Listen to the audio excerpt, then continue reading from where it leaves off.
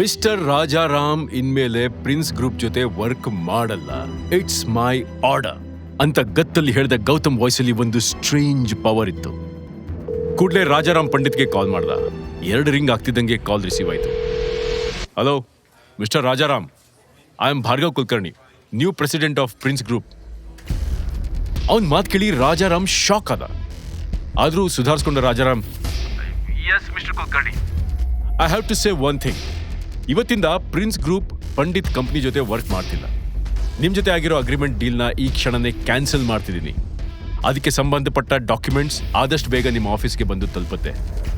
One more thing, Prince Group ಯಾವತ್ತೂ ಕಸ ಎತ್ತೋರ್ ಜೊತೆ ಕೆಲಸ ಮಾಡಲ್ಲ. We are a reputed company. ರಾಜಾರಾಮ್ಗೆ ಏನಾಗ್ತಿದೆ ಅಂತ ಅರ್ಥ ಆಗೋಕ್ಕೂ ಮೊದಲೇ ಭಾರ್ಗವ್ ಫೋನ್ ಕಟ್ ಮಾಡಿ ಗೌತಮ್ ಕಡೆ ನೋಡ್ದ. ಅಷ್ಟರಲ್ಲಿ ಸಿದ್ಧಾರ್ಥ್ ಫೋನ್ಗೆ ಅವನ ತಂದೆ ರಾಜಾರಾಮ್ ಕಾಲ್ ಬಂತು. ಸಿದ್ಧಾರ್ಥ್ ಅಳ್ತಾನೆ ಫೋನ್ ರಿಸೀವ್ ಮಾಡ್ದ. Dad dad. Shut up Siddharth, are you mad? Prince group ಅಲ್ಲಿ ಏನು ಅವಾಂತರ ಮಾಡಿದ್ಯೋ ಗುಬಾರ್ಡ್ ನನ್ನ ಮಗನೇ. ಯಾಕೆ, ಏನು, ಎತ್ತ ಒಂದು ಹೇಳದೆ ಅವ್ರು ನಮ್ಮ ಎಲ್ಲ ಅಗ್ರಿಮೆಂಟ್ ನ ಕ್ಯಾನ್ಸಲ್ ಮಾಡ್ಕೊಂಡಿದ್ದಾರೆ. ಅಲ್ಲವೋ ಮುಟ್ಟಾಳ, ಮದುವೆ ಇನ್ವಿಟೇಷನ್ ಕಾರ್ಡ್ ಕೊಡು ಅಂದ್ರೆ ಅಲ್ಲೇನು ಸೀನ್ ಕ್ರಿಯೇಟ್ ಮಾಡಿದೀಯೋ? ಡ್ಯಾಡ್, ನಂಗೇನು ಗೊತ್ತಿಲ್ಲ ಡ್ಯಾಡ್, ನಾನೇನು ಮಾಡಲಿಲ್ಲ. ನಾನು ಶರಣ್ಯ ಇಬ್ರು ಇನ್ವಿಟೇಷನ್ ಕಾರ್ಡ್ ಇಟ್ಕೊಂಡು ಡೋರಲ್ಲಿ ನಿಂತಿದ್ವಿ. ಇನ್ನು ಅವ್ರದ್ದು ಮೀಟ್ ಕೂಡ ಮಾಡಿಲ್ಲ. ಆಗ್ಲೇ ಅರ್ಧದಲ್ಲೇ ಅವನ ಮಾತನ್ನ ತಡೆದು ರಾಜಾರಾಮ್, ಮುಚ್ಚ ಬಾಯಿ, ನಾನೇ ನಿನಗೆ ಎಕ್ಸ್ಪ್ಲನೇಷನ್ ಕೊಡು ಅಂತ ಹೇಳಿಲ್ಲ. ನಿನ್ಗಿಂತ ನಮ್ಮನೆ ನಾಯಿಗೆ ಬುದ್ಧಿ ಜಾಸ್ತಿ, ಹೇಳಿದಷ್ಟೇ ಕೆಲಸ ಮಾಡುತ್ತೆ. ನೀನು ಮಾಡಿರೋ ಘನಂದಾರಿ ಕೆಲಸಕ್ಕೆ ನಾವು ಬೀದಿಗೆ ಬೀಳೋ ಪರಿಸ್ಥಿತಿ ಬಂದಿದೆ. ಇನ್ನು ಅಲ್ಲೇನ್ ಶೋಪೀಸ್ ತರ ನಿಂತಿದೀಯಾ? ಸುಮ್ನೆ ಹೊರಟ್ ಬಾ. ಆ ಕಡೆ ಗೌತಮ್ ತುಂಬಾ ಖುಷಿಯಾಗಿದ್ದ. ಯುವರಾಜನ ಮುಖದಲ್ಲಿದ್ದ ವಿಕ್ಟ್ರಿ ಸ್ಮೈಲ್ ಅವನ ವರ್ಚಸ್ಸನ್ನ ಇನ್ನಷ್ಟು ಜಾಸ್ತಿ ಮಾಡಿತ್ತು. ಭಾರ್ಗವ್ ಕೊಟ್ಟ ಡಾಕ್ಯುಮೆಂಟ್ಸ್ಗೆ ಸಿಗ್ನೇಚರ್ ಮಾಡಿ ಮುಗಿಸಿ ಪ್ರಿನ್ಸ್ ಗ್ರೂಪಿಂದ ಹೊರಟ ಗೌತಮ್ ಸ್ವಲ್ಪ ಹೊತ್ತಲ್ಲೇ ಮನೆಗೆ ರೀಚ್ ಆದ. ಮೆಟ್ಲ ಹತ್ತಿರುವಾಗಲೇ ಹಾಲ್ನ ಮಧ್ಯದಲ್ಲಿರೋ ಸೋಫಾ ಮೇಲೆ ಸಖತ್ ಆಟಿಟ್ಯೂಡ್ ಅಲ್ಲಿ ಗಾಯತ್ರಿ ದೇವಿ ಕೂತಿದ್ಲು. ಒಳಗ್ ಬಂದವನು ಗಾಯತ್ರಿ ದೇವಿ ಕಾಲ್ ಮುಟ್ಟಿ ನಮಸ್ಕಾರ ಮಾಡಕ್ಕೆ ಬಗ್ದ. ಅವಳು ಮುಖ ಎಲ್ಲೋ ತಿರುಗಿಸ್ಕೊಂಡು ಮೂತಿನ ಕೊಂಕ್ ಮಾಡಿದ್ಲು. ಅನಿಲ್ ಮತ್ತು ಅನ್ವಿತಾ ಒಬ್ರು ಮುಖ ಒಬ್ರು ನೋಡ್ಕೋತಿದ್ರು. ಅಷ್ಟರಲ್ಲಿ ಗೀತಾ ಟೀ ಕಪ್ ತಗೊಂಡ್ಬಂದು, ಟೀ ತಗೊಳ್ಳಿ ಅತ್ತೆಮ್ಮ. ಗಾಯತ್ರಿ ದೇವಿ ಆ ಟೀ ಕಪ್ನ ಮುಟ್ಟಕ್ಕೂ ಹೋಗದೆ ಅದರ ಸ್ಮೆಲ್ ತಗೊಂಡು ಒಂದ್ ಕೈಲಿ ಮೂಗ್ ಮುಚ್ಕೊಂಡು, ಛೀ, ಇದೇ ಟೀನಾ ಅಥವಾ ಕಲ್ಗಚ್ಚ? ಕಬ್ಬು ವಾಸನೆ. ಅದು ಅಲ್ಲದೆ ಟೀಗ್ ಹಾಲು ಹಾಕದೆ ಎಲ್ಲ ಹಾಲು ನೀನೇ ಕುಡ್ಕೊಂಡು ನನಗೆ ಡಿಕಾಕ್ಷನ್ ಮಾತ್ರ ತಂದಂಗಿದೆ. ಛೀ, ತಗೊಂಡು ಹೋಗಿ ಬಿಸಾಕು. ಅತ್ತೆ ಮಾತ್ ಕೇಳಿ ಗೀತಾ ಬೇಸರದಲ್ಲಿ ತಲೆ ತಗ್ಸಿದ್ಲು. ಗೌತಮ್ ಮಾಡೋ ಪ್ರತಿ ಕೆಲ್ಸಕ್ಕೂ ಹೇಗೆ ಗೀತಾ ಕಾಲೆಳಿತಿದ್ಲೋ ಹಾಗೆ ಗಾಯತ್ರಿ ದೇವಿ ಗೀತಾನ ಟ್ರೀಟ್ ಮಾಡ್ತಿದ್ಲು. ಒಂದ್ಸರಿ ಎಲ್ರನ್ನು ನೋಡಿ ಗಾಯತ್ರಿ ದೇವಿ, ನೋಡಿ, ನಾನಿಲ್ಲಿವರೆಗೂ ಬಂದಿದ್ದು ನನ್ನ ಮೊಮ್ಮಗಳು ಶರಣ್ಯ ಮದ್ವೆ ಕಾರ್ಡ್ ಕೊಡಕ್ಕೆ. ಅವಳ ಗಂಡನ ಮನೆಯವರು ತುಂಬಾ ರಿಚ್ಚು. ಸೊಸೈಟಿಲಿ ಅವರಿಗೊಂದು ಪ್ರೆಸ್ಟೀಜ್ ಇದೆ. ಅಲ್ಲಿ ನಿಮ್ಮಂಥ ಜನರು ಬರೋದು ನನಗೂ ಇಷ್ಟ ಇಲ್ಲ. ಆದ್ರೇನ್ ಮಾಡ್ಲಿ, ಬಂದಿರೋ ಜನರೆಲ್ಲ ನನ್ನ ಆಡ್ಕೊಂಡು ನಗ್ಬಾರ್ದಲ್ಲ. ಅದು ಅಲ್ಲದೆ ನೀವು ನಮ್ಮ ಫ್ಯಾಮಿಲಿ ಹೆಸರನ್ನ ಸೊಸೈಟಿಲಿ ಬಹಳಷ್ಟು ಎತ್ತರಕ್ಕೆ ತಗೊಂಡು ಹೋಗಿದ್ದೀರಿ ನೋಡಿ. ವ್ಯಂಗ್ಯ ಮಾಡ್ತಾ ಅನಿಲ್ ಮತ್ತು ಅನ್ವಿತಾನ ಕೋಪದಿಂದ ಕೆಕ್ಕರ್ಸ್ಕೊಂಡು ನೋಡಿದ್ಲು. ಯಾರು ಏನೂ ಮಾತಾಡ್ಲಿಲ್ಲ. ಗಾಯತ್ರಿ ದೇವಿಯ ವ್ಯಂಗ್ಯ ಈಗ ಸಿಟ್ಟಾಗಿ ಬದಲಾಯ್ತು. ಸರಿ, ಇಲ್ಲಿ ಕುತ್ಕೊಂಡು ಹರಟೆ ಹೊಡೆಯಕ್ಕೆ ನನಗೆ ಪುರ್ಸತ್ತಿಲ್ಲ. ಮದ್ವೆಗೆ ಬರೋದೇನ್ ಬೇಡ, ಆದ್ರೆ ನಾಳೆ ಎಂಗೇಜ್ಮೆಂಟ್ ಪಾರ್ಟಿ ಇಟ್ಕೊಂಡಿದ್ದೀನಿ. ಪಾರ್ಟಿಗೆಲ್ರೂ ಬರಲೇಬೇಕು. ಹಾ, ಕರ್ದೆ ಅಂದ ತಕ್ಷಣ ಹೊಟ್ಟೆ ತುಂಬಾ ಉಂಡ್ಕೊಂಡು ಹೋಗ್ಬೋದು ಅಂತ ಬಂದ್ಬಿಡ್ಬೇಡಿ. ಬರುವಾಗ ಕಾಸ್ಟ್ಲಿ ಗಿಫ್ಟ್ ತಗೊಂಡ್ ಬನ್ನಿ.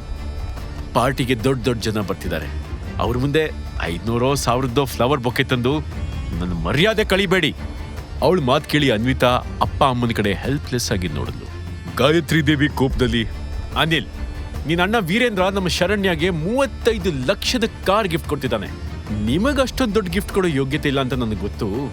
ಕನಿಷ್ಠ ಪಕ್ಷ 5 ಲಕ್ಷದ ನೆಕ್ಲೆಸ್ ಆದ್ರೂ ತಗೊಂಡ್ ಬನ್ನಿ. ಅರ್ಥ ಆಯ್ತಾ? ಅವಳು ಮಾತು ಕೇಳಿ ಅನ್ವಿತಾ ಶಾಕ್ ಆದ್ಲು. ಅವಳು ಆಲ್ರೆಡಿ ಸೇವಿಂಗ್ಸ್ನೆಲ್ಲ ಗೌತಮ್ ಫ್ರೆಂಡ್ಗೆ ಕೊಟ್ಬಿಟ್ಟಿದ್ಲು. 5 ಲಕ್ಷ? ಅಷ್ಟೊಂದು ದುಡ್ಡು ನಾನಿಲ್ಲಿಂದ ತರಲಿ? ನಮ್ ಕಡೆಯಿಂದ ಕಾಸ್ಟ್ಲಿ ಗಿಫ್ಟ್ ಎಕ್ಸ್ಪೆಕ್ಟ್ ಮಾಡಬೇಡಿ. ಗೀತಾ ಭಯದಲ್ಲಿ ಹಿಂಜರಿತಾ, ಅತ್ತೆಮ್ಮ, ನಮ್ಮ ಅನ್ವಿತಾ ಹೇಳಿದ್ದು ಕರೆಕ್ಟ್ ಆಗಿದೆ. ಈಗ ಸದ್ಯಕ್ಕೆ ನಮ್ಮ ಹತ್ರ ಜಾಸ್ತಿ ದುಡ್ಡಿಲ್ಲ. ದುಡ್ಡಿಲ್ವಾ? ಅದ್ಯಾವತ್ತಿತ್ತು ನಿಮ್ಮ ಹತ್ರ? ಈ ರೀತಿ ಭಿಕ್ಷುಕರ ತರ ನಮ್ಮನೆಗೆ ಬರಬೇಡಿ. ದುಡ್ಡಿಲ್ಲ ಅಂದ್ರೆ ಕಿಡ್ನಿ ಮಾರಿ, ಇಲ್ಲಾಂದ್ರೆ ಈ ಮನೆ ಸೇಲ್ ಮಾಡಿ. ಬಟ್ ನನ್ನ ಮನೆಗೆ ಕಾಲಿಡೋ ಹಾಗಿದ್ರೆ 5 ಲಕ್ಷದ ನೆಕ್ಲೆಸ್ ತರಲೇಬೇಕು. ಗಾಯತ್ರಿ ದೇವಿ ಸಿಟ್ಟಲ್ಲಿ ಎಲ್ರನ್ನೂ ಗುರಾಯಿಸಿದವಳು ನೆಲಕ್ಕೆ ಕಾಲನ್ನ ಜೋರಾಗಿ ಕುಕ್ಕಿ ಕೋಪದಿಂದ ಅಲ್ಲಿಂದ ಹೊರಟ್ಲು. ಅನಿಲ್ ಚಿಂತೆಲಿ, ಗೀತಾ, ಅಮ್ಮ ಹೇಳಿದ್ಮೇಲೆ ನಾವು ಕೊಟ್ಟಿಲ್ಲ ಅಂದ್ರೆ ಸರಿ ಹೋಗಲ್ಲ. ಯಾವತ್ತಿದ್ರೂ ಕುಟುಂಬನೇ ಮುಖ್ಯ. ಮೊದ್ಲಿಂದಲೂ ನಾವು ಫ್ಯಾಮಿಲಿಗೆ ತುಂಬಾ ಬೆಲೆ ಕೊಡ್ತಾ ಬಂದಿದ್ದೀವಿ. ಈಗ ಅಮ್ಮನೇ ಮನೆವರೆಗೂ ಬಂದು ಹೇಳಿದ್ದಾರೆ ಅಂದ್ಮೇಲೆ ಹೋಗದೆ ಇದ್ರೆ ಚೆನ್ನಾಗಿರಲ್ಲ. ಅನಿಲ್ ಮಾತ್ ಕೇಳಿ ಗೀತಾಳ ಕೋಪ ಸರ್ರಂತ ನೆತ್ತಿಗೆರ್ತು. ಇಲ್ಲಿ ಕೇಳಿ ಪತಿರಾಯ, ನನ್ ದಿಂಬನ್ ಕೆಳಗೆ ದುಡ್ಡು ಬಚ್ಚಿಟ್ಕೊಂಡಿಲ್ಲ. ನಮ್ಮ ತಲೆ ಮೇಲೆ 25 ಲಕ್ಷ ಸಾಲ ಇದೆ. ಅದ್ರ ಮೇಲೆ 5 ಲಕ್ಷ ಸಾಲ ಮಾಡಿ ಕಾಸ್ಟ್ಲಿ ಗಿಫ್ಟ್ ತರಬೇಕು ಅಂತೀರಾ? ಅದ್ ನಂಗೆ ಗೊತ್ತು ಕಣೆ. ಆದ್ರೆ ಅಮ್ಮ ಬೇರೆ ಕೋಪ ಮಾಡ್ಕೊಂಡು ಹೊರಟ್ರು. ಒಂದ್ ಕೆಲ್ಸ ಮಾಡೋಣ, ನಾವ್ ಈ ಮನೆನ ಅಡ ಇಟ್ಬಿಡೋಣವಾ? ಅದರಿಂದ ಸ್ವಲ್ಪ ಹಣ ಸಿಗುತ್ತೆ, ನಮ್ಮ ಸಾಲನು ತೀರತ್ತೆ, ಗಿಫ್ಟು ಆಗತ್ತೆ. ಅನ್ವಿತಾ ಅವನ್ ಮಾತ್ ಕೇಳಿ ಶಾಕ್ ಆದ್ಲು. Daddy, no! ನಮ್ಗೆ ಅಂತ ಇದ್ದಿದ್ದು ಇದೊಂದು ಮನೆ, ಇದನ್ನ ಅಡ ಇಡು ಅಂತೀರಾ? ಅದು ಶರಣ್ಯ ಮದ್ವೆ ಗಿಫ್ಟ್ಗೋಸ್ಕರ, ಆಯಿ ಶೋಕಿಗಾಗಿ. ಗೀತಾ ಕೊಂಕು ಮುತ್ತಿ ಮಾಡ್ಕೊಂಡು ವ್ಯಂಗ್ಯವಾಗಿ, ಎಲ್ಲ ಅಡ ಇಟ್ಟು ರಾತ್ರಿ ಫುಟ್ಪಾತ್ ಅಲ್ಲಿ ಮಲ್ಕೊಂಡು ಹೊಟ್ಟೆಗಾಗಿ ತಿರುಪೆ ಎತ್ತಣ ಅಂದವಳು ಕೋಪದಲ್ಲಿ ಅನಿಲ್ ಮತ್ತೆ ಗೌತಮ್ ಕಡೆ ನೋಡಿದ್ಲು. ಗೌತಮ್ ತುಂಬಾ ಗಂಭೀರವಾಗಿ ಅವರ ಮಾತು ಕೇಳಿಸ್ಕೊತಿದ್ದ. ರಾಜ್ಕುಮಾರ್ ಹತ್ರ ಇದಕ್ಕೆ ಸೊಲ್ಯೂಷನ್ ಇಲ್ಲದೆ ಇರುತ್ತಾ? ಖಂಡಿತ ಇದೆ. ಆದ್ರೆ ಅನ್ವಿತಾಗೆ ಸತ್ಯ ಗೊತ್ತಾಗ್ಬಾರ್ದು ಅನ್ನೋ ಕಾರಣಕ್ಕೆ ಗೌತಮ್ ಸುಮ್ನಿದ್ದ ಅಷ್ಟೇ. ಗೀತಾ ಏನೋ ಹೇಳ್ಬೇಕು ಅಂತ ಬಾಯ್ ತೆರೆದ್ಲು. ಅಷ್ಟ್ರಲ್ಲಿ ಗೌತಮ್ನ ಚುಚ್ಚೋ ನೋಟ ಅವಳಿಗೆ ಭಯ ಹುಟ್ಟಿಸಿ ಅನ್ವಿತಾ ಕಡೆ ತಿರುಗಿದ್ಲು. ಅನ್ವಿ, ನೀನ್ ಡಿಸ್ಟರ್ಬ್ ಆಗ್ಬೇಡಮ್ಮ. ನನ್ನ ಹತ್ರ ಒಂದ್ ಸ್ವಲ್ಪ ಹಣ ಇದೆ, ಅದರಿಂದ ಒಂದು ಕಮ್ಮಿ ರೇಟಿನ ನೆಕ್ಲೆಸ್ಸು ಪರ್ಚೇಸ್ ಮಾಡೋಣ, ಏನಂತೀಯಾ? ಎಸ್ ಅಮ್ಮ, ಇತ್ತೀಚೆಗೆ ಬ್ಯೂಟಿಫುಲ್ ಆಗಿರೋ ಡೆಲಿಕೇಟ್ ಡಿಸೈನ್ಸ್ ಮಾರ್ಕೆಟ್ಗೆ ಬಂದಿದೆ. ಅದ್ ನೋಡಕ್ಕೂ ಕ್ಲಾಸಿ ಅಂಡ್ ಯುನೀಕ್ ಅನ್ಸುತ್ತೆ. ಡೈಲಿ ವೇರ್ಗೆ ಶರಣ್ಯ ಅದನ್ನೇ ಯೂಸ್ ಮಾಡ್ಬೋದು ಅಂದವಳು ಗೌತಮ್ನ ನೋಡಿ, ಗೌತಮ್, ಕಾರ್ ತೆಗಿ ಹೊರಡೋಣ ಅಂದ್ಲು.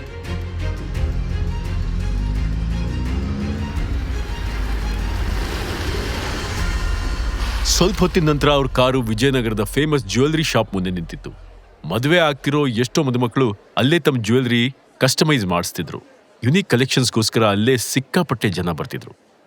ಆ shop interiors, heavy lightings, shining ಆಗೋ ಮಾರ್ಬಲ್ ಫ್ಲೋರ್ ನೋಡಿನೇ ಅನ್ವಿತಾ ಒಳಗೆ ಹೋಗಕ್ಕೆ ಹೆಸಿಟೇಷನ್ ಮಾಡ್ಕೊಂಡ್ಲು. ಅವಳ ಬಜೆಟ್ಗೂ ಈ ಶಾಪ್ಗೂ ಮ್ಯಾಚೇ ಆಗ್ತಿರ್ಲಿಲ್ಲ. ಅವರು ಒಳಗೆ ಬರ್ತಿದ್ದಂಗೆ ಒಬ್ಬ ದಪ್ಪ ವ್ಯಕ್ತಿ ಅವ್ರನ್ನ ನಗ್ತಾ ನಗ್ತಾ ವೆಲ್ಕಮ್ ಮಾಡ್ದ. ಕತ್ತಲ್ಲಿ ದಪ್ಪ ಚೈನ್, ಕೈ ಬೆರಳಿಗೂ ದಪ್ಪ ದಪ್ಪ ಗೋಲ್ಡ್ ರಿಂಗ್. ಅವನೇ ಈ ಶೋರೂಮ್ ಓನರ್ ಅಂತ ನೋಡಿದ ತಕ್ಷಣನೇ ಅರ್ಥ ಆಗ್ತಿತ್ತು. ಬನ್ನಿ, ಏನ್ ಮೇಡಮ್ ಕನ್ಫ್ಯೂಸ್ ಆಗೋದ್ರಾ?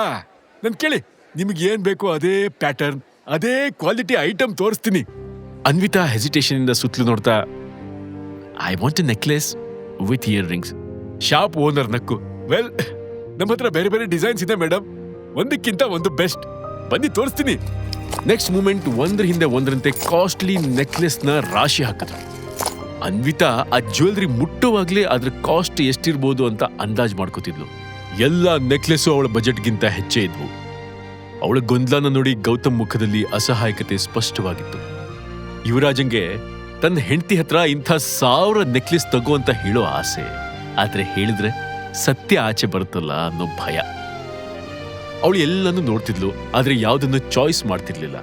ಅದನ್ನ ನೋಡಿ ಶಾಪ್ ಓನರ್ಗೆ ಕೋಪ ಬಂತು. ಗೌತಮ್ ಮತ್ತೆ ಅನ್ವಿತಾ ಸನ್ನೆ ಮಾಡ್ಕೋತಾ ಏನೋ ಹೇಳ್ಕೋತಿರೋದನ್ನ ಶಾಪ್ ಓನರ್ ನೋಡ್ದ. ಒಂದು ಕ್ಷಣ ಇವ್ರೇನಾದ್ರೂ ಫ್ರಾಡ್ಗಳ ಅಂತ ಅವನಿಗೆ ಡೌಟ್ ಬಂತು. ಒಳಗಿಂದ ತಳ್ಕು, ಹೊರಗಿಂದ ಬಳ್ಕು ಅನ್ನೋ ಥರ ಶ್ರೀಮಂತರ ಹಾಗೆ ಮುಸ್ಕ್ ಹಾಕೊಂಡು ಓಡಾಡೋ ಜನ ತುಂಬಾ ಕಾಮನ್. ಸೊ ರಿಸ್ಕ್ ತಗೊಳಕ್ ಇಷ್ಟ ಇಲ್ಲದೆ ಶಾಪ್ ಓನರ್ ಕ್ಲಾಪ್ಸ್ ಮಾಡಿ ಹೊರಗೆ ನಿಂತಿದ್ದ ಸೆಕ್ಯೂರಿಟಿಗೆ ಸಿಗ್ನಲ್ ಕೊಟ್ಟ. ಗಾರ್ಡ್ಸ್ ಕೂಡಲೇ ಒಳಗೆ ಬಂದು ಗೌತಮ್, ಅನ್ವಿತಾ ಮತ್ತೆ ಗೀತಾನ ಗುರಾಯಿಸಕ್ ಶುರು ಮಾಡಿದ್ರು. ಅದನ್ನ ನೋಡಿ ಅನ್ವಿತಾ, ಗೀತಾ ಇಬ್ರು ಭಯಪಟ್ರು.